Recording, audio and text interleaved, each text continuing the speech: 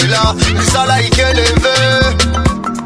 Banda Kongola, Banda Kolela, Tilelo, Azolela, Boninho. L'État Azali Monguna ya peuple te. Bango Babonga, peuple agno kwama. Banana Bango Batanga na poto, Yabiso Minerval Babengana. Ombokoyo, Tokoloba, Balobi la capitale la plus sale du monde. Nebokananga Kinshasa. Motema pasi na leli, makondi bosala, domona. Mbote mingi bandeko balandi batali ya émission Le Peuple d'abord.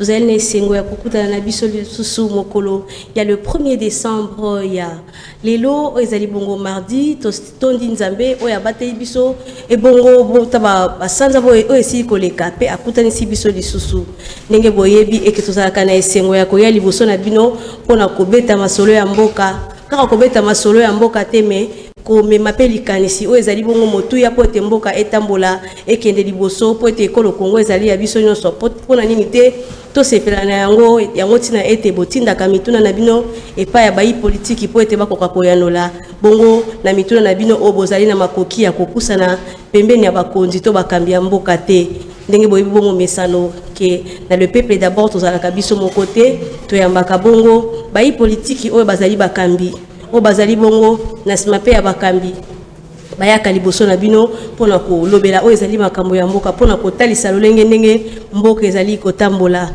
bongo tozali na esengo ya kotonda ba o nyonso bazali ko accompagner biso na équipe technique to yambi lisusu bongo ezali bongo bandeko ndenge boyebi basana biso na kati na esika oyo bongo to bandi liboso ko yamba ndeko danu bongo azali bongo journaliste indépendant pona o etikali moko ki pe ko se compléter. Bonjour ndeko danu. Merci madame pour l'invitation. Je crois que les Alimbalanga, ils bossent dans les canaux émissions d'Abino. Le peuple parle, je crois que le peuple d'abord, je crois. Nous avons besoin de commenter pour nous lobela au Italie. Makambo ya mboka karande na lobaka na introduction. Ce qui te est tout lobela makambo Italie ba parti politique na biso. Tokozanga makambo ya koloba. Mais ce qui est lobela Congo makambo ya koloba kozali beli parce que la minute de ça sala émission makambo c'est ça ko botama neti na maibe parce que Congo izamboka makambo oyo toujours mboka bevenema. Atondo mingi ndeko danu bongo tozali pe lisusu na moko ya bino obomesana kolanda pe komona na kati ya etando eke na bino bongo ndeko Armand Mukulu oboyebi kazalaka na sima bongo ya honorable Mende topesi bongo mbote na ndeko Armand. Mbote mama na ina esengo mingi ndenge tokutani lisusu lelo otomeka kokabola oyo ya biso makanisi po mekolo kasi yambona pesa merci na baninga na ngai o tozana ba na plateau pona ndenge tozana bango ensemble awa na ko mekana ko dénoncer makambo yi ko lekana triomphal moni soko zoleka kota triomphal en face ya stade de Martyrs tu verras batol moko batie wana alors biso toyi koloba espace wana eza espace moko historique tolingi ete gouvernement provincial ya ville province à Kinshasa bata la dossier wana assemblée provinciale ya ville province à Kinshasa ba députés provinciaux ba mikananu ko enquêter sur eloko wana pourquoi kake sikawana nde batol o ba ko créer soki biloko moko bon na kota na kati na ngote alors moi je trouve ça sabotage pona ba espace o epesama déjà pour été population à cause de la manifestation to ebi mingi ba manifestation politique ba suka kawana ba ko créer peut-être ba centre culturel mais toyoki oh non ba zo sala ce bon na kota na makambo wana alors to lingi ete ba déterpir ba biloko wana wana espace wana etikala ndenge ezalaka libre. Merci. Matondo mingi ndeko Armand Mukulu bongo tozali pe lisusu na mwana mboka oboyebi lisusu mesala pe kolanda ayaka wana toujours na cadre ya force ndeko junior bakokela mbote ya bino papa. Mbote maman Corinne mbote na ba oyo nous bazola na biso bazo opportunité ko na biso topesi bango nyonso mbote na ba co-débatteur nyonso lelo biso parti politique et union fait la force autozi opportunité ya kokamba yango. Tout ça pour dénoncer le comportement de la FCC. Nous avons dit que nous en face à stade de Martyrs triomphal. Nous avons dit que ville à Kinshasa. Ils ont dit que FCC. Nana Zokamba, Assemblée provinciale à Kinshasa, c'est bon, bateau FCC. Ingelo va être basé par ennemi à peuple congolais. Espace on a outo époque à Belge. Outo époque un condo maréchal à Tongaki stade wana. Pour ba congolais ba être stade Martyr et Tongama na époque à maréchal Mobutu. Parler du peuple oh le bazo beta tolo et Tongama na époque à maréchal Mobutu. Lelo bango comment ko nganzama ba comment ko welele comment ko bloco ya bango to lobete ezala gouverneur la ville à Kinshasa ezala président assemblée provinciale à Kinshasa oh bazali bango bato FCC ceux qui bazo ko kate ba démissionner ça c'est une honte pour la République nous avons dit Matondo mingi ndeko junior bongo to baluki pe lisusu na ngambo ya ndeko ba mesala pe lisusu komona na etando na bino bongo ndeko Jean Patrick azali bongo na ngambu ya Adeko pe bazali pe pro ya cash na pesi bino bote ndeko Jean Patrick boy malam. Merci beaucoup. Merci pour Nambela Nayo. Na pesi ba téléspectateurs nyoso ya émission yo le peuple d'abord mbote. Na pesi bandeko nangana baninga oyo tozo ko débattre na bango makambo mboka mbote na tondeli bango décembre malamu mais na beta mwambela pona ba mapinga RDC na ba famille na bango oyo tango biso tolalaka bango batelemaka tozo senga lelo yo tozana plus de 11 millions de morts depuis Uto régime ya ndeko Kabila bandeko wana bakufa totikala na kolela bango te na sengaka na consultation oyo soki mokonzi mboka kokeka koyambanga to beta masolo ya 11 millions de morts oto leli na noté ezali soni mingi pona mboka na biso ezali mawa mapinga na biso bana na biso bakufi na bitumba oto ebelati na te mais to leli bango na noté nazana posa likambo oyo ekota na motema mutu na mutu ekomela mokonzi mboka totia matanga tolela bango.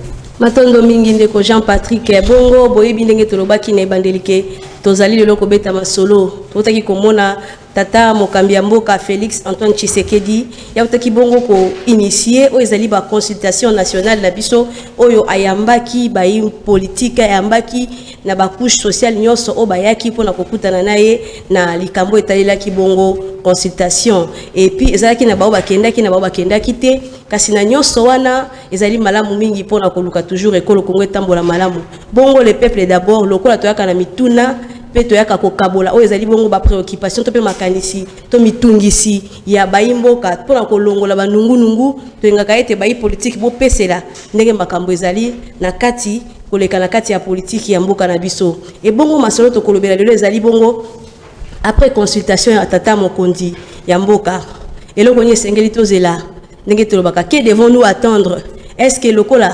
FCC baboyaki kokota na kati ya consultation ye wana pe akozongela bango na kati ya coalition batambolaka elongo ndenge babandaki na kati ya accord na bango to pe lisusu akozala likanisi ya kosala bon gouvernement union sacrée na lolenge nini likanisi ezali ete moto na moto apesa likanisi na ye pona koyoka ete bayi politique o bazali libanda ya etando eke balanda bino pe o bazali kotala bongo population bayoka o ezali likanisi na parce que ezali mutungisi quelques jours awa ndenge lobami ete mokonza mboka akoloba akopesa discours na yeme peuple ezela nini bongo tozo banda ngambo ya ndeko danu soki to sisi to kotambusa bongo na kati ya na pesi 5 minutes vraiment o ezali ke moto na moto azwa tango ya kopesa likanisi na ye. Merci madame Nandengo Pesingai parole ngana koloba que ndeko na biso mokonzi mboka ndeko Tshisekedi président na biso azali na eloko ya koloba na baimboka te sauf que akodecevoir kaka biso ndenga misa.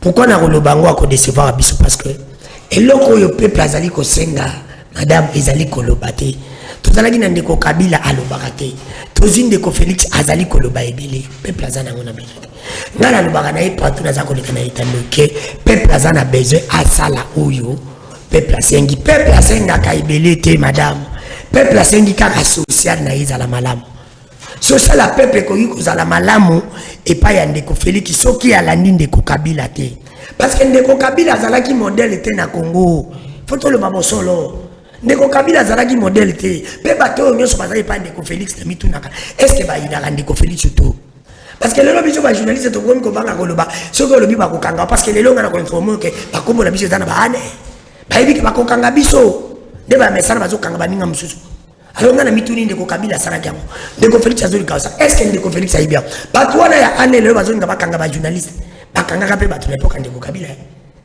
ba ba lelo moko ndeko Félix ba toi na ba tikaka Mobutu na Maroc ba ko tika Kabila na kinyakati yepe ba ko tika ina nsele asala o peuple azako senga yeka social parce que bandeko yegi asinga ki akoko na ina ndeko Kabila ayebaki ke ndeko Kabila ça 18 ans échoué olingi aux assu ndeko Kabila ko tika ndeko Félix même 1 minute a reçu alinga ko tika 1 minute a reçu te yango walanga na senga na chaque fois il faut mutu akoki ko kotela yeko leka peuple te omoni biso nyo soto za na télévision mutu boka za na mandaya ko ya ko libela ndeko Félix azate est-ce que ndeko Félix azana bezo biso to le kaneta ndo ndeko danu muntu nezake to zela nini ndina sima diso na lobi beke a ko décevoir biso kaka parce que peuple azali ko zela bakata mariage ya yena ndeko Kabila oye ko ki ko kata na te pourquoi ko ko kata na te pon ndeko Félix asalango il faut a violer constitution ou bien asala débauchage alors débauchage pona ye ngala lo bakango pona ye outi na famille to baka ezali logique papa na ya zalaki modèle ye ko ki ko sala biloko mususu te biloko mususu ndeko Kabila sala yango ndeko Félix ko ko sala yango te ndeko Félix azali na famille ezali to baka famille ya bonya papa na ezali modèle ya Congo débauchage ezali to bango na lingala ezali corrompre ezali d'abord anti-valeur akozango ndengeni alors ceux qui a sali yango d'abord na kozelo comme ceux qui a sali yango to ko le bagende ko Félix a violé constitution parce que na a ceux qui a par exemple a nommé informateur a ko violé constitution to pas bosso parce que pourquoi pas violer a demandé comment on appelle informateur avant il fallait nommer informateur avant parce que ceux qui a rien de là a dissoudre ensemble basali d'abord sur quelle base je ne sais même pas de ko nga na plateau ba ko yipsanga sur quelle base oyo ndeko Félix akoko bana premier ministre démissionné et ça il fallait kaka na biloko ndeko Kabila salaki ya mabe ya ba débauchage ya ko sala ezalaki modalité so biso to za to ko senga ya sala yango te ala ndeko loko na batu ngwa ndo ngana lo bana be azali élève moko azali kotanga azalaki mayele azako respecter vraiment ndeko Kabila azoko respecter ba point na ba virgule oyo nyonso ndeko Kabila salaki yanga azali ko sala bengala ko senga ye asala nyonso te oyo ko sala yango te eza anti valeur sala kaka oyo peuple soko violon ko nzopo na peuple asengi ba biloko te fandi sa ndeko Kabila zala clair lo batala ndimaki ko sala dialogue na ndeko Kabila lokolo simbité na ko kende nango tina suka wana na ko kende nango botala na ko sala bolibo ngala ko senga na biloko mibale pochité madame ndeko Félix bandeko ya FCC bandeko Kabila bakopesa ka jamais tant au Bongsa Congo lokolo tikali no na 3 ans oyo na social na senge biloko mibale simbela biso ka ko wana mai pour ata ko wana mai Kabila tika biso biloko oyo soko yoko lukanda ko komo tuna kuweza la kama mai za la ka yo boma bisango le fisc na 2023 ko ya to bate yo pete longo na kibiselo kwa parce que son kena côté ko lia ndeko Kabila si atie makambo na ya mabenyozo e ko simba te ko sala neti oke ko yiba bassin na océan mai ko sila te bo boki saki ya mungwa na océan parce que e ko yoka na te sala kaka mukie po ezala malamu matondo mingi ndeko danu bongo soki bandeko batalaki o ezalaki bongo émission na biso elekaki na poso eleki tozalaki bongo na ndeko Arma estelaki pe koloba na ngambo ya FCC mais esengo ezali ke bayi politique mosusu pe wazali na ngambo ya bazali ba pro o to bengaka ba pro cash to pe bandeko bongo bazali ko soutenir mokonza mboka lokola ndeko junior na yebi ke maloba sezo na mboka na bino na kati likambo tolobi ete na mikolo zali kolanda mokonza mboka alingi bongo apesa discours na ye mais peuple ezela nini. Bien, merci Maman Corinne. Moi je pense que les Congolais vont retenir où ils sont. Ils ont makasi. Et c'est très important la français. Fait privé FCC qui n'a pas la personnalité juridique, tout comme le cash, tout comme la mouka. Va participer à la consultation ou pas, c'est un non-événement. Ça n'a rien à voir avec le peuple congolais. Un groupe de gens, de 500 personnes, sous 6 et de 100 personnes, Bakoki Kozwa RDC en otage. Jamais! Tokolingayango, jamais. C'est temps révolu. Tiens bon, madame. Mokonzambo Katamazo initiative, conformément à l'article 69 de la Constitution, où il a été le président de la République est le chef de l'État, il est le symbole de l'unité nationale. Tango ayoki mbilinga mbilinga, ayoki mwa mubulu na kati ya mboka. Mboka zo tambola te ce qu'on appelle dysfonctionnement. Ba Congolais bazola la nzala, courant na mai ezali te, eloko ezate. Alobi mariage ezali contre nature tikana qui n'est pas baimboka na dénoncer bondo que za na kati. Mais Félix, le président de la République, mérite beaucoup d'applaudissements. Il a eu ce courage. Alors, non, coalition moko ya bondoki occulte. Là où il y a des occultistes, jamais ngai mona nzambe na ko continuer na occultisme oyote. Yango biso tolobi boy mama. FCC bayate parce que FCC d'ailleurs ba congolais ba bango lelo FCC atikala jamais cause à la majorité na parlementaire. C'est un fait privé qui n'a pas la personnalité juridique. La loi électorale les ont reconnaître regroupement politique tout parti politique. Ils ont reconnaître FCCD. Et ça pour la besoin électoral, c'est tout pour l'élection. Les originaires ont tous les alliés que si comme il y a maman nazo expliquer ba imboka ba yeba. Gouvernement union sacré. Oui, éco-salement. Pourquoi éco-salement? Parce que aucun parti politique, aucun regroupement politique, ils ont une majorité simple, 251 députés nationaux. Jamais. Yango Mokonzi Mboka, selon ma prérogative, article 78 de la Constitution, lui, a confié mission d'information. Donc, un informateur a identifié majorité. Et dans la cache, et dans la partie mon côté maman, Tolobi Yango. Je suis un juriste sérieux. Et je dois 251 députés athées. Alors, Mokonzi Mboka, ce qui a dit, pour préserver la coalition, ils allaient qui a debi. Le kakaka, le quoi peut bazo, le bakebango bazai, mais FCC tant de autant on veut qu'on dit, et ça qu'on reconnaît triangle. Yango to lobi boy. Le junior likamba majorité FCC battant so baye bien ngo. Baye non, on a ils ont bobungi. Par ignorance madame. Aucun parti est à la PPRD. Azana 250 députés. Aucun regroupement parce que yango des ba procédure juridique. Yango mon be koli qu'on dit yango l'été yebi yango parti politique, to regroupement politique. Et non pas fait privé ba FCC, ba cash, madame non. Et donc Bisso, ils ont fait la force, parti politique. Tous assurés certains. Mon Kondiamboka, tant que les uns et les autres. N'a pas insisté. Participation ou pas, il y a FCC, c'est un non-événement. Et ça, dans le sens de mon côté. Et ça peut me trouver au coup. Et ça sera pas aussi la fin du monde. Les traits déjà en marche. Alors, mon Kondiamboka, ayoki les uns et les autres. Azuba, Memo, Oba déposé là qui est dans le regroupement, dans la force vive union sur RDC. Moi, je pense que, chef de l'État, à cause de l'intérêt à la population. C'est-à-dire quoi? Il va mettre fin à la coalition satanique. Il y a FCC na cache.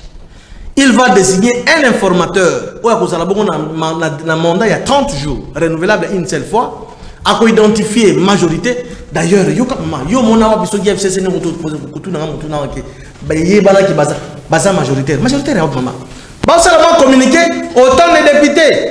Il y a autant qui communiquent na parler du peuple. Tout le monde a dit. Attends 100 personnes. Mais tout le monde a dit au grand jour. Et que non, il y a eu 305 députés. Waouh! On a vu. Hier, ils étaient dans l'esplanade du palais du peuple. Bazo qui photo wana maman. Bato bazala qui wana est-ce qu'il va comme 100 personnes. Mais Kingakati bazaki belé. Maman, Kingakati bakena pas na chop chop pour bazambo. Ezala bakena na amour propreté. Yango na lobi boy Mokonzi Mboka, il est grand temps. Peuple congolais bisonné to pesa qui au mandat. To vota qui au président Tshisekedi qui je salue en passant. Il est grand temps na discours de zo s'attendre les loto soit lobby soit jeudi était au loba au mettre fin à coalition ne et entamer directement gouvernement d'office. C'est ça la suite logique. Celui qui va mettre fin à la coalition, le gouvernement est tombé. En même temps, il va désigner un informateur qui va identifier la vraie majorité. En ce moment-là, majorité, on en est Bako Kamamboka, Bako désigner premier ministre. Ce qui peut que basculer, Bango FCC, soit disant FCC, on a basé majorité, on a été suite logique. Bon, suite logique également. Ce qui a désigné le bibongo informateur. Ce qui est à Kobikana coalition. À Kobikana coalition. Le président de la République, c'est un monsieur sérieux. C'est un père de famille et il est chrétien. Ayoki les uns et les autres. Moi, je vous rassure, madame, Kangada Talelo, à Koko, la coalition, on a été parce qu'ils allaient contre nature. Bazar a intérêt, il y a peuple yo, Ndaki César est belé. Batala ka intérêt na bangona bana na bangona na otanga na poto. Biso bana, biso na biso to botami na via pasi. To ko baka to krupi na misère a on a Kinshasa na Congo et pourtant bango bakenda chaque fois ba week-end na poto ko fêter na basi na bana bango. Ce qui n'est pas normal. nous sommes derrière le chef de l'État et nous estimons que le chef de l'État, avec beaucoup de respect, à cause de la côté à peuple, à mettre fin à la coalition pour que Mboka kende de l'avant. Maintenant, Domingue Ndeko Junior, on a dit que tout ça, on a quatre noms aussi cité parce que ma soeur dit qu'à Kobanda. Mais avant tout, qu'il n'y ait pas Ndeko Jean-Patrick, Nazongeli Ndeko Armand Moukoulou, pour tout ça, qui n'a pas, on a dit que tant que tu as la bonne politique, bah, qu'on a la peine à Ngambo Ndeko Félix Tshisekedi, bah, on a la peine à droit de réponse. Mais Nazongeli pour tout ça, qui n'a pas mitune, ça qui est belé, oyo, Ndeko Armand Moukoulou. Ndeko Armand Moukoulou, Monique, Yolobaki, qui est na carte ma solo, oyo, et c'est que là qui est là, comme on a la consultation, tant que FCC participe qui t'aide na kati ya ba consultation mais to zelani na discours mokonza mboka. Merci madame Corinne. Soki nazo loba makambi ekolo na loba kango na kimia mais soko moni na komi koganga c'est que lokuta elingi ekota na kati ya plateau oyo. Zotango papa. Madame na bossa linette na nga ya misu na bureau na kimbango pona ya kosala ba aventure. Je suis venu parler au peuple congolais la réalité. Ya mboka lelo. Madame, ya liboso il faut toyeba kosala la part des choses entre le président de la République actuelle, son excellence Félix Tshisekedi, à qui j'ai beaucoup de respect, n'a pas toujours 5 kilos comme moi, nous devons l'accompagner. Non, Félix Tshisekedi d'hier, Oyazaki, opposant, na kati ya UDPS. C'est là où beaucoup de gens confondent les choses. Ce sont deux choses différentes. Ça veut dire aujourd'hui le président de la République a la responsabilité totale, globale et générale de la nation sur tous les plans, sur les plans sociologiques, sur les plans économiques, sur les plans constitutionnels. C'est là où maintenant il y a un problème. Parce que sur les plans sociaux, tu as dit que même les Kwakala, n'importe colonial belge, RDC, Zaki, Loko, la France, même les Koyande comme Mobutu, dictature, malgré Zaki, il y a un point positif sur le plan sécuritaire. Moi, je suis légaliste. Je suis logique. Il faut bien comprendre que tout ça dans un contexte politique tout à fait différent. Dans un contexte politique, dans un système politique, stratégiquement parlant, tout ça dans une coalition. J'insiste beaucoup là-dessus. Il ne faut pas qu'on dise les concepts ici, c'est la coalition. Donc, ça veut dire, le président de la République n'a pas le monopole de la responsabilité dans la gestion de l'État. Le président de la République a une partie des responsabilités. Alors, il a un pouvoir lié. Ça veut dire, il faut toujours contresser un premier ministre. Et ça, régime Tozali, nous sommes dans un régime parlementaire avec la forme semi-présidentielle, bicéphale. Ça veut dire, au Komona qui est na kati ya mboka na biso, le président de la République actuellement a commis Kobuka Mobeko. Pourquoi j'ai dit ça? Si on se rappelle à l'époque, il y a 1961, soko kyo komona ndeko chombe na ndeko kasavubu. Toyebi makambu oyo ekomaka na mboka na biso. Mutu mutekotaka. Nous avions à l'époque enregistré même des troubles ici dans ces pays. Et ça a presque caractère moko ya système politique. Nandetso toza na ngolelo. Soki toyena en 1965, nandeko kasavubu nandeko Lumumba, omona ke mboka ekota mutu mutu parce que ndeko kasavubu azaki président de la République, ndeko Lumumba azaki la majorité parlementaire naïe. Alors boyo kanezaki malamu te. Oh, il y a eu des déséquilibres total sur le plan non seulement national, mais sur le plan même international, même sur le plan sécuritaire. Ça veut dire, ça veut dire quoi? Nous devons éviter le pire. Pourquoi je dis le pire? Je suis politique. Moi aussi, je ne parle pas comme journaliste. Malgré le domaine Wana, actuellement je suis doctorant, mais je parle comme politique. J'ai une responsabilité politique sur mes épaules. Alors, maman, ma consultation, c'est bien. Moi, je le reconnais. Moi, je reconnais Kazamo Konzamboka sur le plan constitutionnel, article 69, et OPCN Nisa, à Salisa, ma consultation. Mais quand c'est un article 69, Wana,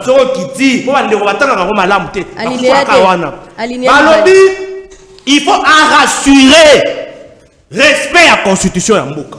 Or, c'est pas violation à Mibeko, n'y a pas de collègue.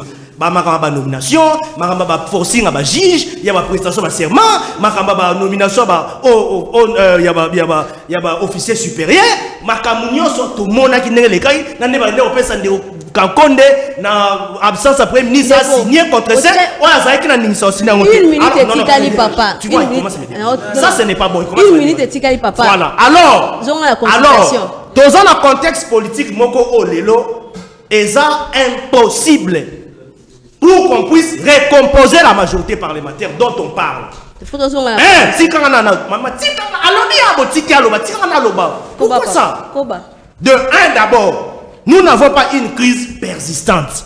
Nous avons la constitution, il y a entre gouvernement et l'Assemblée nationale. Le Premier ministre a toujours la confiance de l'Assemblée nationale, donc du Parlement. C'est-à-dire, la crise, et la crise humaine. Mais sur le plan de la conformité constitutionnelle, on n'a pas une crise politique. Alors, FCC et une majorité parlementaire. Fabriqué parce que quand l'élection on a des salles qui ont conféré sur le motif qui est comme président de la République. Ce qui par mot, en doute, majorité parlementaire à FCC, ça veut dire le président de la République aussi a un problème. Pour y avoir ça qui est l'élection d'élection Tolobi kasi soki bosoko la majorité parlementaire à FCC. Tout ça c'est l'élection générale. Le FCC est d'accord pour les élections générales. Et pendant la présidente de la République, si n'a pas qu'on a fait ça contester. Alors Tolobi boy. Nakati ya makambo ezo sala malelo ya consultation bazobenga. On pouvait appeler ça forum, réunion tout comme ça. Pour les soubassement constitutionnel, il faut qu'ils aient deux éléments déclencheurs. Notamment, il faut qu'ils aient na ordonnance moko topé mokanda ya mokonza mboka. Ouais, il faut faire ça soubassement politique et constitutionnel na biloko wana peut benga ma consultation.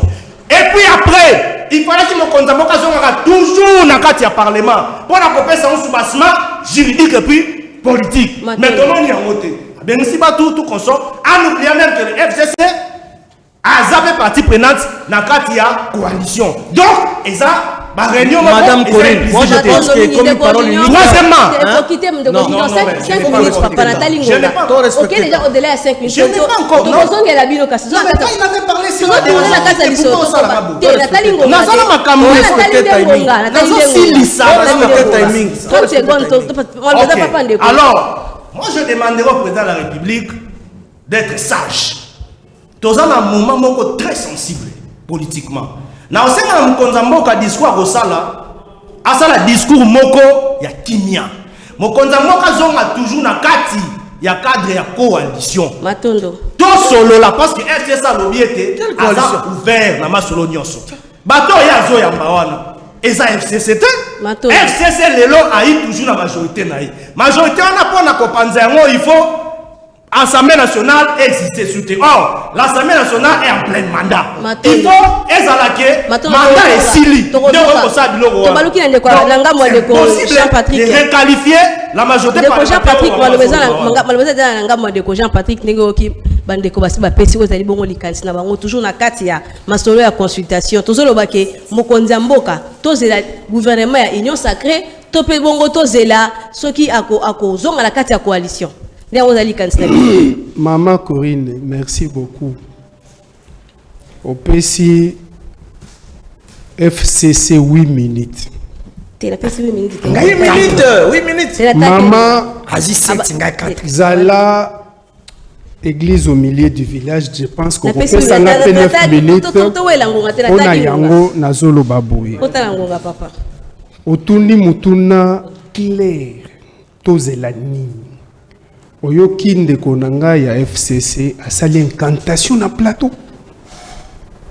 Ake kosimba na biloko il fallait pas simba na émission oyo. Yango ngai nazozongisa ye na klasi. Aluka afandisa nanu makambo ya ye koyebisa bayimboka. Na configuration actuelle ya politique tozali na régime hybride biso tango constitution ebimaki na 2003 biso tozwaka occasion ya koteya yango na etando eke pona kolakisa bayimboka ke constitution eza mabe. Régime hybride oyo ezali kopesa image malamu te. Mais na constitution na bango na régime hybride oyo semi-présidentiel, semi-parlementaire et pesande président moi makasi koleka parlement. Eza biloko ya zolo auti kolobate. Yango nazo zongise na kelasi. Ko bandeko. Nazo zongise na classe.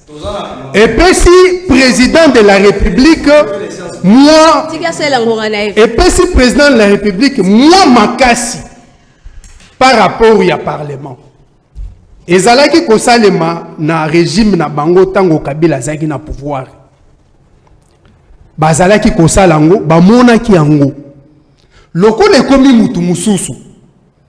Balingi balakisako na président de la République na Assemblée nationale basali sur le même pied d'égalité en tant qu'institution. C'est faux. Ils ont le quota. Na e lolenge ezo kendela. Ezo linga kola kisako. Bango moko tango basumetaka constitution o na beimbo ka ba voter yango parce que ngai nande ko chilombo to votaka ngote. Na yebi ke zamba to mususu pe vota ngote. Balingi bala kisake ba comprena ka ngote. Elekela bango.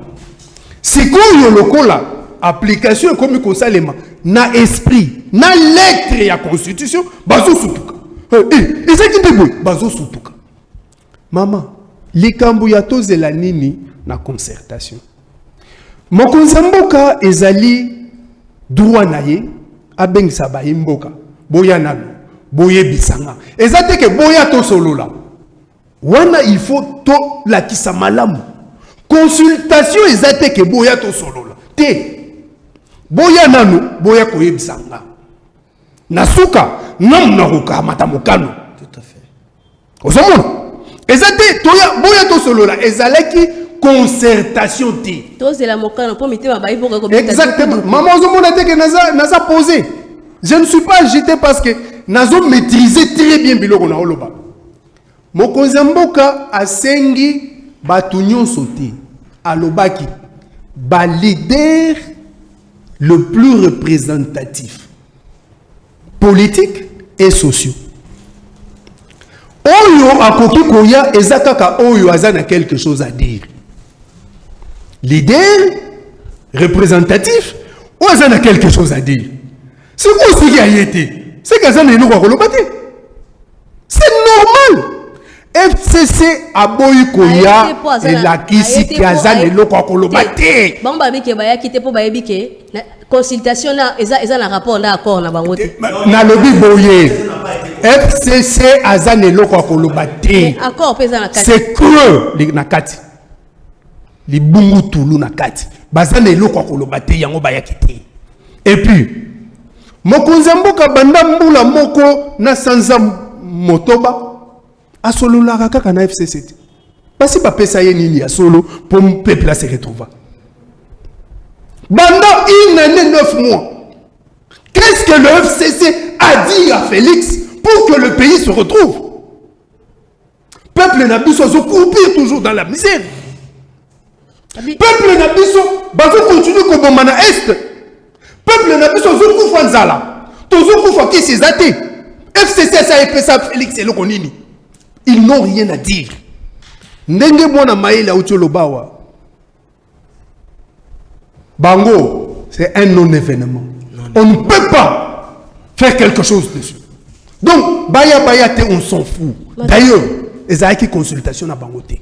Il y a chef de l'État. Kababi ke no moto asangisi batu yenda za moto asala ka kinzonzi yenda za makambo moto afandi ki banza na likamoto lokwa ndeko Joseph ayaki na ete po biki na kata makambo ana ya za na ete. Na lobie ndeko Joseph Kabila. Combien de fois Banda Tshisekedi a pouvoir bakutana? Bakutana na Tshisekedi combien de fois? Et le koni échangeable. Banda Tshisekedi a pouvoir. Kabila kutana akana Tshisekedi. Échangeable. Mais Banda Félix a pouvoir. Akutana na Bemba combien de fois? Akutana na Moïse combien de fois? Donc c'est un non-événement. Bato FCC, Bafanda. Peuple s'en fout. Peuple Nabiso en a marre. Nabango. Ils ont géré le pays, ils ont échoué. Ils ont contribué à faire échouer Félix. Bafanda. Mokonzamboka kozwa décision sur base ya Oyo à Yoki. Décision wana ezali pour peuple à gagner. Ezali te pour le plaisir na ba individu. C'est pour que le peuple gagne. Au moins pour une fois. On est résolu. Il y a qu'à faire participer le peuple Nabiso na bonheur à Congo. Matondo minginde kodanu tonga ptwali kisusu nanga bona bino lobaki na ekotelike pona makambu oyo ekoyeko sepelisa bongo population na bosenga population esengete mokonza mboka aboma libala na na FCC cash topé lisusu et kozana ba prérogative ezaki lokola a dissoudre parlement topé lisusu a nommer bongo ezali bongo formateur bongo soki na kati nyonso wana salamité et ka kobi na kati coalition.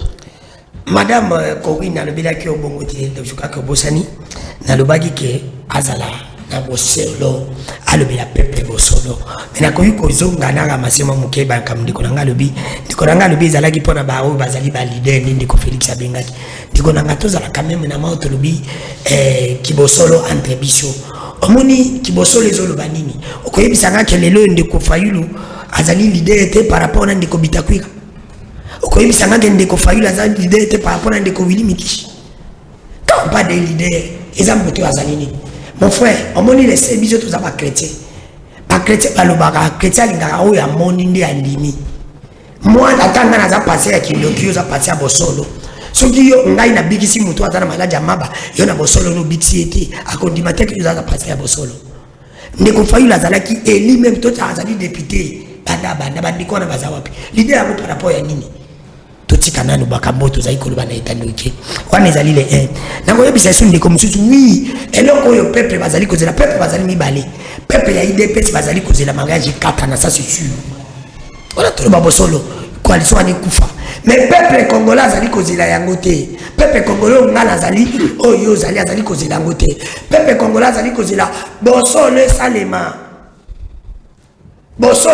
c'est pour dire que ndeko Félix alekisa Baimboka keno na salaki consultation oyo lipekiti social la peuple bongi biso za na besoin te libana bango kufa to za na besoin social na biso bonga to za na besoin na ngote peuple IDPS na za na besoin libana kufa mais peuple congolais oya za ya IDPS te parce que Congo za IDPS te peuple congolais za na besoin za na besoin Congo bonga soki Congo bongi biso so 4 to bonga Congo za mutu mokote ndeko Félix lokola se andimaki ko sala likopana diable soki ndeko Kabila zaki diable soki azali ndoki soki azali mutakuli akoleka yo mtozane pemeni mais il fallait qu'il s'abisso allez qui s'appelle comment na lobaka ngo na bosolo to baleti likambo ya gratuité na sala recordement frauduleux nana koki ko boya ngo na lobaka ngo soki oboya ngo atatindika chakali to kokende nango ka bongo to kondima yango ezali loko ndeko Félix asali biso za modèle ata lo photo beteli maboko olinga ye tezeli ko ya ko encourager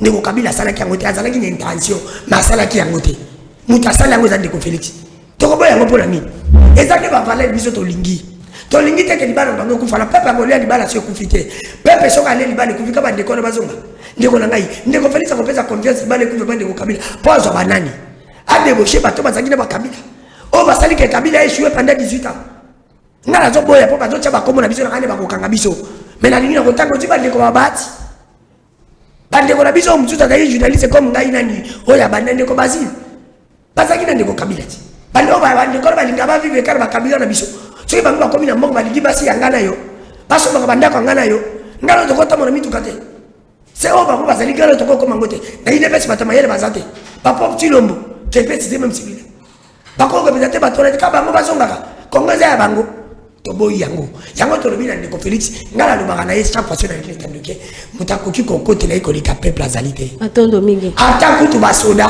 ata kutu bavoyage azali kokende soki peuple congolais asali oyo peuple alingi peuple asengaka mingi te oyebi oyo peuple asengaka peuple asengaka de kaka mwa social ezala bien ndeko na ngai tokofanda na ye ti ya korumela ti na suka parce que ndeko Kabila lelo soki tozwa na plateau na ndeko na ngai walati veste kitoko ayebisi biso babosani banetini na mutuka azotanga konga Kabila tu sais qui est à la base c'est ndeko Félix soki ngana na monoko na ngai na ngombi satonga ndeko Kabila te muta misala parce que ndeko Félix asala ki otozela kité soka asala ki otozela ki mais ndeko Kabila bunga la yeto lobela ka yete parce que ça modèle to ko lobela na plateau té parce que ndeko Kabila Félix apesa ki quand même moi confiance asala otozela kité yango ani sala ki bon to senga ndena ndeko Félix to baluka ndela ngambo ni Junior parce que ko sala malamu mingi pour l'intérêt ya ngai na yo ya biso nyonso parce que demi na za te mais to lingi de oyede akende parce que lelo papa pita mabaza akosa Kabila ba olekation na matondo mingi jelo tozolo ba vale ndeko dano tokozonga supura maloba suka po tokomokende mukende ko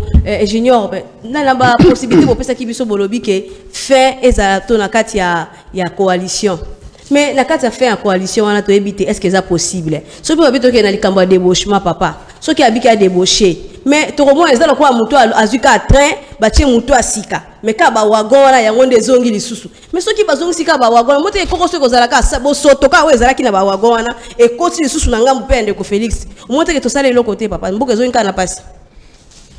Bien, merci maman Corinne.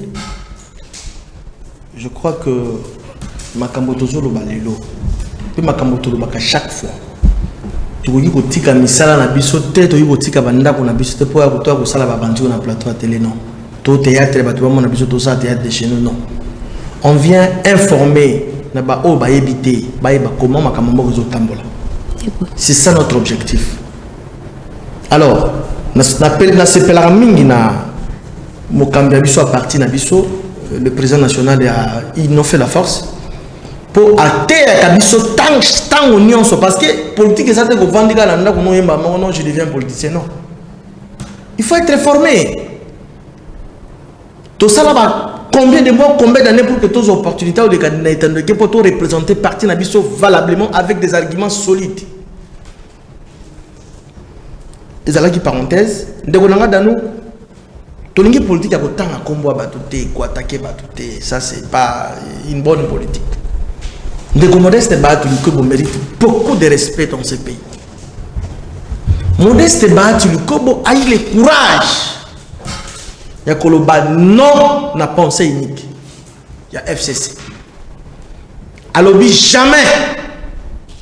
Je suis la première force parce que si on veut comptabiliser et les députés nationaux et provinciaux, AFD Sazaki n'a pas belé. Ko étouffer, ko créer ba imbroglio, ko soit une infirmière, ba tiaye le devant malgré zo kokate. Heureusement, nous avons les archives, les annales, les alaki, ils ont reconnaître l'autorité statutaire qui pouvait parler valablement au nom de la FDC alliée, c'est le sénateur Modeste Batuluko. Ministère intérieur Lobiango, journal officiel de Lobiango. Donc, M. Bat mérite beaucoup de respect. Il a très traité, il a courage. Atiki ba avantage sur ma vice primature, ba ministère d'État et tout et tout. Bon, ba kedaka tuna, ba ke kosa bango apesi bango ministère d'État, moko na ministère moko. Si ko pona masolo de Félix a dissoudre a débaucher. Maman, terme de débauchage, il faut ba congolais ba yo kelo ko tosolo ba. Le FCC, le cash, la mouka, ils ont fait privé. Oh, l'État est bien noté. Je suis juriste sérieux. Nasa ko insister. Et ils na oba bengi personnalité juridique te. Ba regroupement seul, le regroupement politique et le parti politique ndé basa na personnalité juridique et puis basa ko vrai na autonomie totale. Ce qui réellement regroupement supposons BCC ne ba créer ba qui n'a pas de sens. CDCC KKKK bou. Soki bazali bongo bazonga batu batala escalier matsa ki on zete ya manga o mati likolo anzete o komi likolo tindi ki escalier wana oko kitandenge nini po biso peuple neto pesa ki bango ba regroupement wana na ba parti wana pour que ba mata likolo dès lors que bazali na autonomie mama ba luka côté intérêt à peuple ezali na FCC ba regroupement ça na kati wana bazana autonomie tout comme biso FDC ali to bimaki est-ce que yo ka ba FDC ali c'est-à-dire chaque regroupement chaque parti politique chaque regroupement a l'autonomie balanda côté vérité côté intérêt à peuple on est ça débauchage ce qui parti politique est côté vérité côté intérêt à peuple quel kanyaka madame mais babi parce que régime qui caractérisait beaucoup plus la corruption Yango tikala biso le moi venez mon koboye que non à chaque fois encore. Le président Félix ne corrompt pas. Il y a juste beaucoup de qui est pas en Zambie. Yo mona force qui pose beaucoup. Asima qui a qui mindu qui peut pète ma pose beaucoup. Non. Yango tolobi ceux qui ba regroupement n'a pas parti ba kokende ba lo besoin débauchage té. Ba débauchaka mutu et non regroupement et non un parti politique jamais.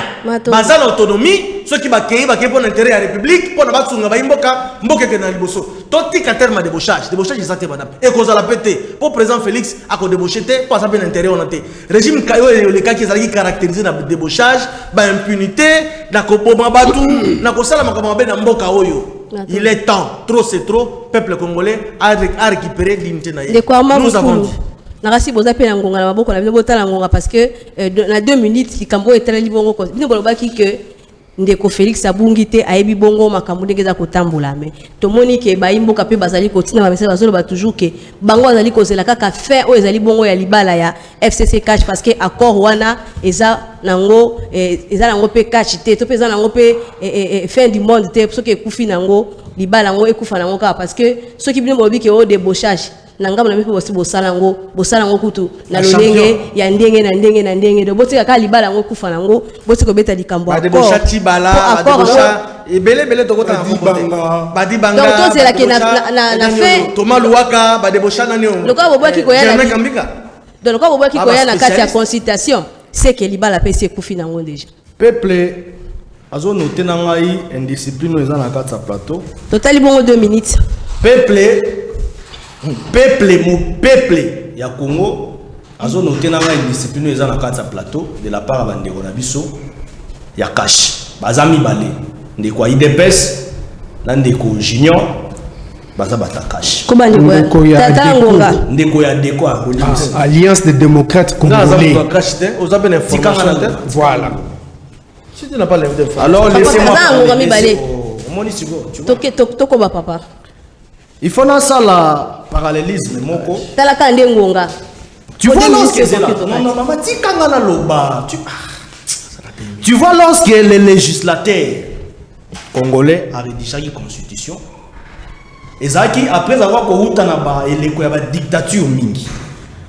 Et salamaki na intention ya ko épargner nation na biso na ba série ya dictature mususu to vivre ya moté. C'est pourquoi moni constitution mboka na biso etchaki ba garde-fou na pouvoir chef de l'état. Côté monsieur alobi non. Avant J, il faut contrer ça pour Premier ministre. En cas de peut-être, à un premier ministre, là il va faire ça. Ça dit il y a des garde-fous dans la constitution. C'était pour que le président de la République ne puisse plus agir dans une époque à Mobutu. Donc succession a fait au les gars na calendrier ça là qui était ba législateur à ce moment-là bah s'inspirer dans makambo wana pour constitution ezala ezali. Donc on moni eyi na ndenge ezali.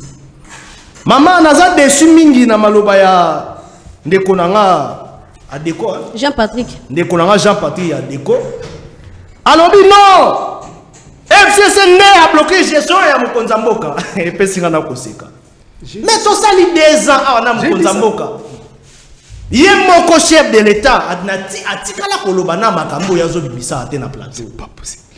Il a dit ça alobi yango il n'a pas dit c'est bloqué. Je n'ai pas dit ça. Voilà. Ils ont déjà le coup. Ok, so lobby a monté c'est bon. Ok. Ils ont déjà le coup. T'as lobby ma boy tikala koloba ngote. Alors, ceux qui les nomment Marambi à 100 jours, oh ils ont en réalité gouvernement de Faki a une exécution dans nous. Ils ont marqué la présidence de la République en violation même de Yamibeko. On a payé ils ont FCC. Tout le monde a qui procès à 100 jours. Sauf des moutons tilelo. Tout le monde est ils ont la FCC.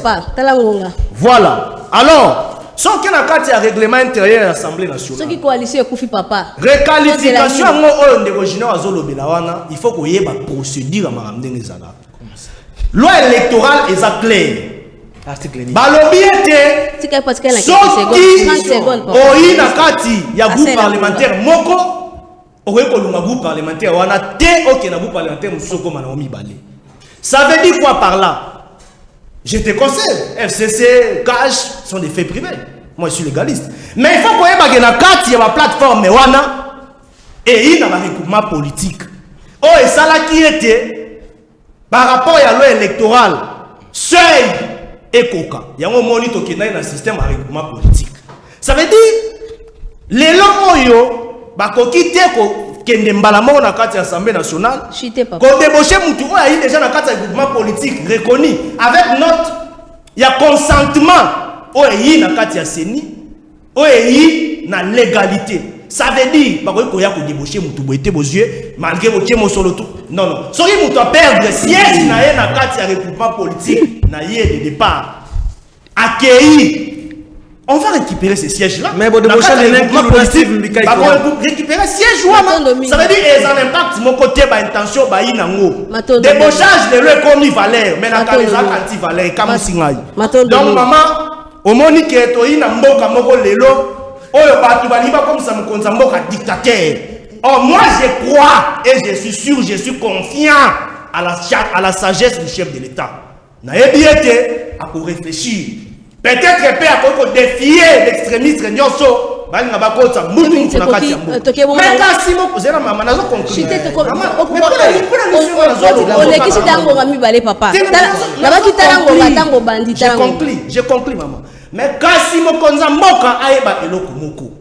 sur le plan diplomatique, il y a des gens qui ont l'Union africaine. Image ya lelo na kata mboka na biso ne amwe ko déterminer image extérieure mboka. Est-ce que bako chai doute te bako ba ete ye moko kuna ali na bambilinga mbilinga na kata makamna ye na c'est kuna wa ina majorité parlementaire. Est-ce que bako ndimela malamu point d'interrogation. Donc agir avec responsabilité. Attends la mututo ni des personnes. Maman Corinne. Attends la régie ceux qui bakamati 20 minutes ba préciser. Attends bakamati 20 minutes ba préciser. Akokaka koloba sous le côté. Na bongo tozoloba nini. Omoni likambo oyo ebengami débauchage. Bozo banga pamba. Ndeko nanga uti koloba wako majorité parlementaire parti mon côté azanango. Jamais ça c'est vrai. Mobeko na bango constitution na benga kaya bango. Tango azala koloba na zala koloba te. Constitution on na benga kaya bango o biso tozo respecter. Ezoloba soki parti mokoto regroupement mokoté ezana majorité. Il faut qu'on nomme un formateur à identifier une coalition. Qu'est-ce que c'est une coalition? Ezali batu bafandi bayokani. Tous à l'ensemble pour te diriger. Owana ezali ekoki ko changer les lots, ekoki ko changer lobby. À tout moment, wana ezo remettre en cause élection T. Wana na kosenga ndeko nanga azonge la classe pour ça. Et ils ont remettre en cause le comme côté. Ils allaient pas débauchage. Parce que moi j'appartiens à l'école politique la plus rigide. Cette école qui insiste et qui dit que le pouvoir, l'autorité ne se plaint pas. L'autorité agit. C'est de cette école-là que moi j'appartiens. Madame, s'il vous plaît. S'il vous plaît, nous sommes tous légaliste. Nous avions souffert du fait de la violation de constitution depuis tout ce temps. Madame, tu souffres na likambo ya ko violer la constitution à tout moment. Tokoki kondimate bisopé au pouvoir, tu continues comme ça la likambo. Débauchage exact. Na kopesa exemple, il y a premier ministre israélien. Baponiye, mais à la majorité dans le parlement. Accueilli pour convaincre Batu Moussousou, Basangana naï. Ça s'est fait dans le monde. Ça, ce n'est pas un débauchage. Il convainc, nous allons convaincre que Baninga Moussousou, qui sont indécis, Baza déçus, et puis bazo ko kozwa décision te baza na ngambu kuna pona bolingo ya peuple bakoya na ngambu na biso madame bande ko na biso balangwe démocratie omoni na lobaka likambo na plateau tellement que bazala ki na régime dictatorial. Bazala qui terrorisé Bango. Au lieu de discipliner Bango. Tellement qu'ils avaient terreur et que même la démocratie Fongwami balangwe. Ils sont ivres. On peut que Bazo Kokasu Sukoye Bati et le Koni ne Kusala et le Koni ne Kusala te. Nazo Zongelande Konanga c'est comme si Ayoka Kinga Malam. Ngai Nazalaka d'accord. Libala FCC cash ezala libala te. Et tikala jamais Kusala libala. Moi, je suis enseignant de sciences sociales. Je suis enseignant d'université de sciences sociales. Moi, je discute avec le fait. Ngai na landaka mato ite na talaka ba fait sociaux. Matondo. Libala etikala kozala te. Matondo. Et puis, comment est-ce que bozo lingabo pour malibala on etikala kozala te? Ezalaka te. FCC nakash ezalaka libala te. Moninga luli mwasi nzoka mwasi ngwazala ndoki. Avant libala salema, ba eko découvrir que mwasi ngwazala ndoki. Akolinga bande kwa mbalite. Wale zali kanisa bino matondo mingi ndeko Jean Patrick bongo pona ko kena likanisa suka za posa bongo ya contribution na bino parce que motu na we uti na population balobi que ba bus et yaki bongo na transport ba bus et yaki lisusu deuxième lot et yaki ya liboso et yaki et bongo toro pe mi balé yé mais ce ko kena barré au comment ata impact ba bus en côté parce que on yaki liboso et c'est déjà ba panne mosusu wana payé. Ok, bon, on a barré de bus au monde, on a baza plein, bato ba otambola makolo, mais est-ce que gestion ba bus wana ndeko dano? Est-ce que ba koki koluka, est-ce que baza toujours mon compte ko kamba bongo Transco a nommé ba gestionnaire à Malamu et puis comité a suivi est-ce que zalaka? Likansina bino pona Madame Corinne na ningi na silisa na rebelo ko moko pona président na biso mokonza mboka biso tozali ba congolais, yo pozali congolais. Intégrer na biso ezali congolais bonga. Moi je te dis, à répéter à Kamotako, côté là où les peuple à Zate. Côté là, la bison de tous les cagans états de Wikete. Tout le bateau, quoi, le baboutou, moto, tinda, côté là, à Zate. Ça là, au peuple à lingi. Peuple à lingi n'est qu'un social. Sauf ça, les cailloux à quinoa. Vous avez vraiment vrai quinoa, ni peuple congolais. Peuple quinoa d'abord, particulier à lingaka. La peuple congolais en général à lingaka. Oye, bison au sali. Peuple à Kolinga. Mon inette au sali gratuité. Peuple à lingaka bongo. Bison au lingi bongo. Pour la macamba gratuité, oh ya côté les la gratuité netinga elle est dans sango tokolanda bango partout ba meka la gratuité te ko tchako tindika chaka pour la gratuité ça va valeur au biso to lingi ngana no baka ko sala ko bato baza ko tinda ote sala o pepa lingi pepe wana akokote la yo ko lekana minduki pe akokote la yo ko leka bato nyonso madame pona ko silisa o mon makamba bis na ko ba bis ali bosse za ki no biloka matata mpoyo apesa biso biloka ba chinois. Elle y a qui est fini à moko. Ce n'est que normal. Il faut être Transco baluka gestionner à malamu. Ngai c'est pour nous on connaît beaucoup alukata bundela tana personne. Parce que congolais sont commissaires bokonzi et le kaliboso sombaka mutuka ndako na basi. Basa na bavalete. Comment voulez-vous mutuka o salabaki basali Transco mituka yé na tobi masiko to aussi ces missions. Comme on a battu bazali meken barende. C'est pour te dire que non, je suis à malamu ils allaient Transcoté. Na kosenga kana mukonza mboka vraiment na consultation na ngana kolinga pour opérer bato nyonso sala dialogue. Dialogue junior na protocole de dialogue. On place wana nde parce que soko lingo kene na bona mususu zela wana ko zala. Dikanselo maloba suka poto comme déjà na suka ndeko junior. Bien maman Corinne, merci. Na kozala bref. Mais naza d'accord avec mon frère Danou en disant que ba tia mondele pona désigner non. Il y a des Congolais sérieux bazali. Il y a des Congolais intègres bazali. Batruko matata ponyo batangi wana bazala ki cité na ba rapport ya ba IGF ceci cela wana ba modèle te pona mboka. Imaginez-vous il y a un groupe de gens balé 205 millions de dollars. Il y a zala ki premier ministre naïe délégué à finance, ministre agriculture. Tant que c'est ça l'aventure aller mbongo wana ba pesi bango bonus ya gestion moko ba nommer DG na FPI moko pesi ya na FPI, ce qui n'est pas normal. Tozo senga na mbula matari ya mboka justice et benga bato wana nyonso batia bango na Niouf na prison makala parce que IGF essaie d'aller bolumbu na bango libanda ba mesana na ba surfacturation ba ya wana dossier à 100 jours mon kengeli na pesa ki na plateau na bino chaque fois ba réhabiliter mon kengeli na 2,6 $. Bato banaki mbongo ya bukangalonzo ba yeko pesa bango bonus ya gestion ba pesi bango oyo PCA na FPI au DG na FPI ba yesu kolia eza na pratique ya gestion de gestion ya ba surfacturation yango tolobi mokonza mboka oyo nyonso tout à vous la distraire dans mesure aujourd'hui. Le peuple congolais te vota qui yo, tous derrière vous. Moi, mon parti, je suis le secrétaire général de mon parti. L'Union fait la force, tous derrière le chef de l'État. Tous linga on peut s'appuyer sur conclusion. Oh, biso to kosepe là. Matondo. Avant tout ce que ndeko Armand Tobayan ndeko Jean-Patrick Likansa na suka pe maloba suka. Maman Corinne, merci beaucoup pour l'invitation. Tous alakana ndingisa ya ko respecter peuple na biso, comme melaye information à solo. Biso toza na posa leloyo tolobi to bandela ko betali solo il y a 10 millions ou 11 millions de morts congolais. Oh bakufi na régime ya ndeko Kabila. Tokufi kakaboui.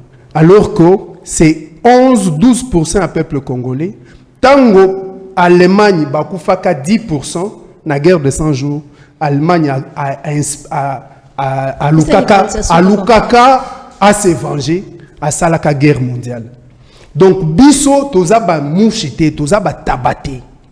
Na Rwanda bakufi 800 000 morts, basali mémorial ya Rwanda.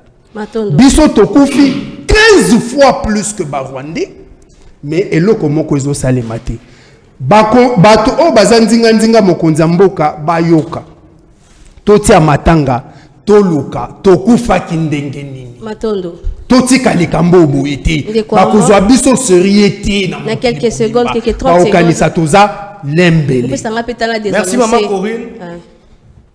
Ya liboso, ya mbona conclure. Le peuple a noté avec moi ensemble sur ces plateaux. Quel peuple?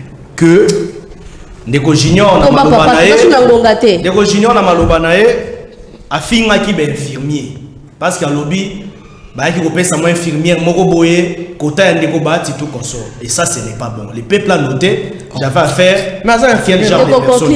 Donc un infirmier na moko a besoin responsabilité malobasuka. Donc c'est ça. Alors malobananga suka ndeko makila za la infirmier. Malobananga suka na koloba ezali ete le chef de l'État et le garant, il y a bon fonctionnement, il y a mboka na biso. Mokonza mboka, soki makambo ya utiko sali se yosangisa watu. Et alaki na intention ya mabe, ona kubuka mobeko, kopelisa moto na mboka. Na sengi na mokonza mboka ameka mpe ku boya ba makaniso ya mabe wana.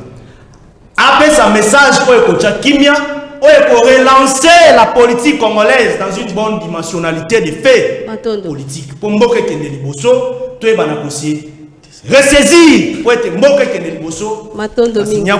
Na éviter ce qui a sali bino na kina tini. Matondo mingi deko, matondo mingi to faut déjà une minute bongo to pesi bongo matondo na équipe oyo accompagner biso. To pesi matondo na DT bongo DT Serge Makoso pe Light Mouton joueur za ki bongo na régie pe Roni manzile na sima ya caméra to pesi matondo na cordon Flavien oyo apesi biso makoki ya kozali boso na bino to sengi ka bolanda rediffusion na ngonga bongo ya 21h pe bolanda biso lisusu jeudi ndenge osana kolanda pe BRT Africa ndenge bobi na mokola mercredi vendredi pe dimanche lisusu na ngonga ya 23h bongo to sengi te kimi nzambe tata e umela na mboka Kongo mobimba tokutani bongo na mikolo zali koya.